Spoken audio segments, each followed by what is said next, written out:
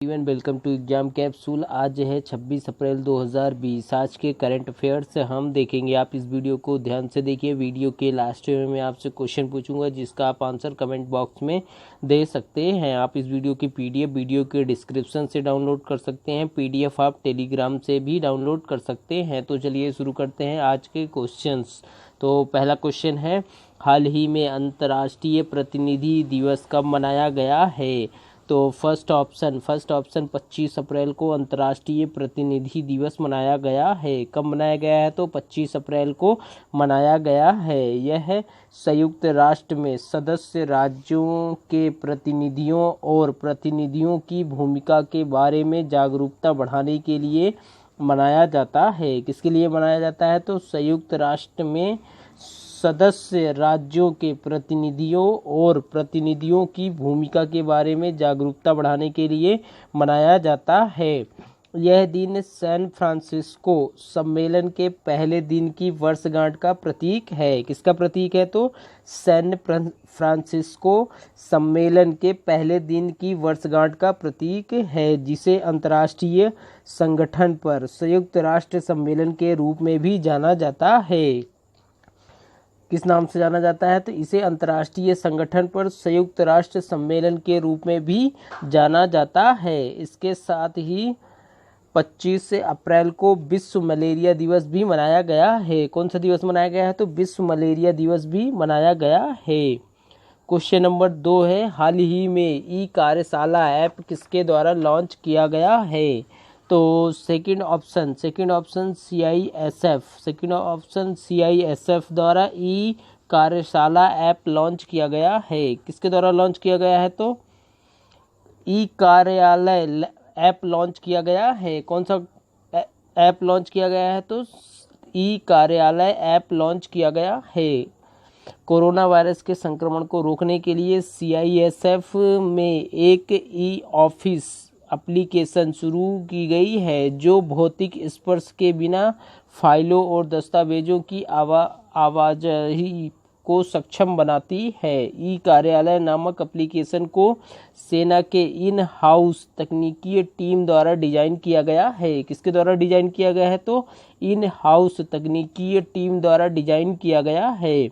इस एप्लीकेशन को डेटा को सुरक्षित करने के लिए सभी सुरक्षा व्यवस्था के साथ CSIF क्लाउड पर रखा गया है। किस में रखा गया है? तो CISF क्लाउड में रखा गया है।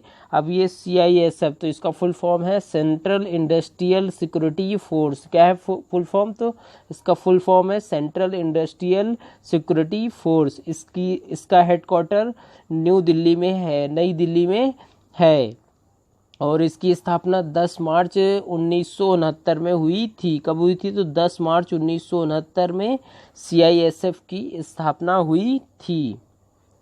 क्वेश्चन नंबर 3 है, हाल ही में अखिल भारतीय अभियान किसके द्वारा शुरू किया गया है? तो थर्ड ऑप्शन टाटा ट्रस्ट द्वारा अखिल भारतीय अभियान शुरू किया गया है। किसके द्वारा शुरू किया गया है? तो टाटा ट्रस्ट द्वारा शुरू किया गया है। टाटा ट्रस्ट ने कोविड-19 के प्रसार को रोकने के लिए ग्रामीण क्षेत्रों में सरकार द्वारा प्रचारित स्वास्थ्य प्रथाओं को अपनाने के लिए एक राष्ट्रव्यापी समुदाय आउटरीच अभियान शुरू किया है। इस अभ्यास को 21 राज्यों के लगभग 1.2 करोड़ लोगों तक पहुंचाने की उम्मीद है। कितने लोगों तक पहुंचाने की उम्मीद है? तो 21 राज्यों के लगभग 1.2 करोड़ लोगों तक पहुंचाने की उम्मीद है। इस अभियान का नाम 5 कदम कोरोना मुक्त जीवन रखा गया है। क्या रखा गया है? तो इस अभियान का नाम 5 कदम कोरोना मुक्त जीवन रखा गया है। क्वेश्चन नंबर 4 है, हाल ही में टेलीमेडिसिन सेवाओं को किस राज्य सरकार ने शुरुआत की है? तो सेकंड ऑप्शन पंजाब राज्य सरकार ने टेलीमेडिसिन सेवाओं शुरू की है। किसने शुरू किया है? तो पंजाब सरकार ने किया है। पंजाब सरकार ने ग्रामीण क्षेत्रों में लोगों के दरवाजे पर व्यापक प्राथमिक स्वास्थ्य सेवा प्रदान करने के लिए 300 स्वास्थ्य और कल्याण केंद्रों में टेलीमेडिसिन सेवा शुरू की है। टेलीमेडिसिन सेवाएं राज्य में हब और स्पोक मॉडल के माध्यम से दी जा रही है। 4 चिकित्सा अधिकारियों और एक टेलीमेडिसिन कार्यकारी के साथ एक टेलीमेडिसिन हब की स्थापना की गई है। किसके द्वारा की गई है स्थापना? तो 4 चिकित्सा अधिकारियों और एक टेलीमेडिसिन अधिकारी के साथ टेलीमेडिसिन हब की स्थापना की गई है। और ये स्थापना की कहाँ गई है? तो यह है सिविल अस्पताल मोहाली में की गई है। कहाँ की गई है? तो सिविल अस्पताल मोहाली में की गई है। क्वेश्चन नंबर 5 है, हाल ही में बसंत दास का निधन हुआ है, वह किस क्षेत्र से संबंधित थे?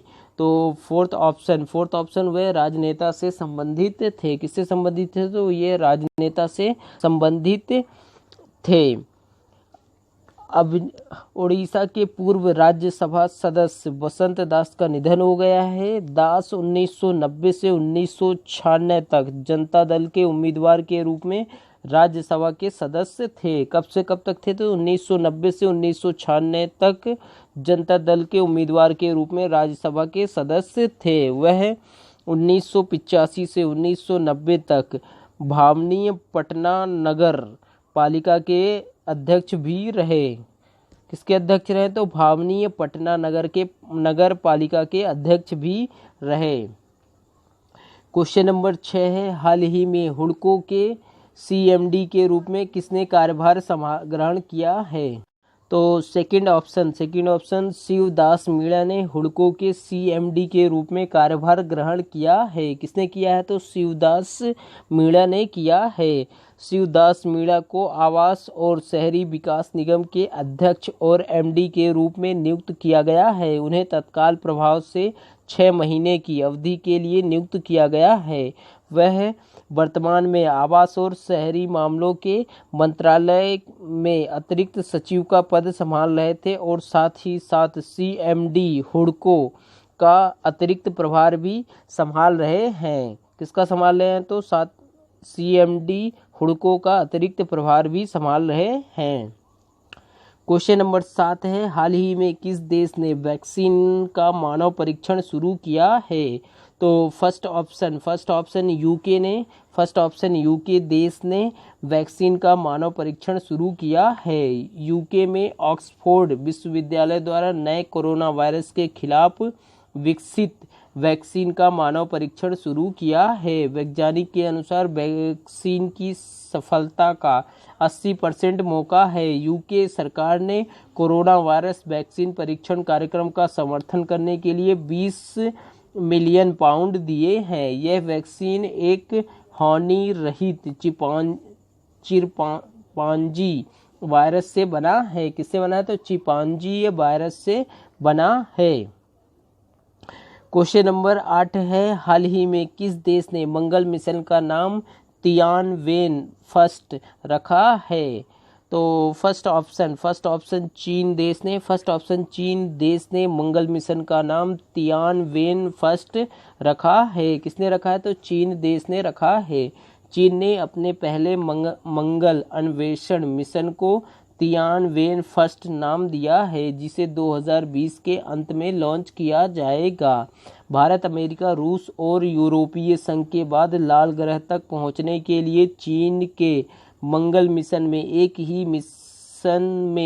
ही मिशन के अंतर्गत परिक्रमा, लैंडिंग और घूमना शामिल है। तियानवेन का अर्थ है हेवली क्वेश्चंस। क्या है तियानवेन का अर्थ? है तो ये हेवली क्वेश्चंस या क्वेश्चन टू हेवन, जो चीन के जाने माने कवि युआन द्वारा लिखी गई है।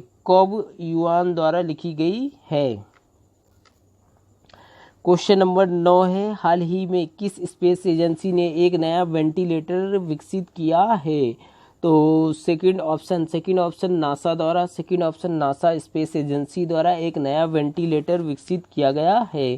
किसके द्वारा विकसित किया गया है? तो नासा के द्वारा विकसित किया गया है। नासा के वैज्ञानिकों ने कोविड-19 रोगियों के इलाज के लिए विशेष रूप से परिवर्तित एक नया आसानी से नियमित उच्च दबाव वेंटिलेटर विकसित किया है। इस उपकरण को VITAL कहा गया है। Ventilator intervention technology accessible locally है कहा जाता है। क्वेश्चन नंबर 10 है, हाल ही में किस बैंक ने कार्यशील पूंजी का अनावरण किया है? तो second option IOB bank. Second option IOB bank ने कार्यशील पूंजी का अनावरण किया है। IOB कृषि और संबंधित गतिविधियों के लिए एक विशेष ऋण सुविधा शुरू की है। WCDL agri working capital demand loan agriculture नामक से ऋण उन सभी मौजूदा उधारकर्ताओं को मिलेगा जो कृषि, मुर्गी पालन, डेयरी, मछली पालन और संबंधित गतिविधियों जैसे क्षेत्रों में नगद ऋण सुविधाओं का लाभ उठा रहे हैं। यह योजना 30 जून 2020 तक मान्य होगी। अब लास्ट वीडियो का आंसर। तो लास्ट वीडियो का क्वेश्चन है, हाल ही में भारत की सबसे बड़ी IT कंपनी TCS किस देश का पहला पूर्ण डिजिटली बैंक लॉन्च करेगी? तो सेकंड ऑप्शन इजराइल देश का पहला पूर्ण डिजिटली बैंक लॉन्च करेगी। कौन करेगा? तो TCS कंपनी है, इजराइल देश का पहला पूर्ण डिजिटली बैंक लॉन्च करेगी। अब आज का प्रश्न है, हाल ही में किस केंद्र शासित प्रदेश को 3 राष्ट्रीय पुरस्कार मिले हैं? तो इसमें 4 ऑप्शन हैं, इसका आप आंसर कमेंट बॉक्स में दे सकते हैं। तो ये थे आज के करंट अफेयर्स के क्वेश्चंस। अगर आपको ये वीडियो अच्छा लगे तो इसको लाइक करें, शेयर करें और अगर आप इस चैनल पर नए हैं तो चैनल को सब्सक्राइब कर लें, जिससे आपको लेटेस्ट वीडियो सबसे पहले प्राप्त हो सके।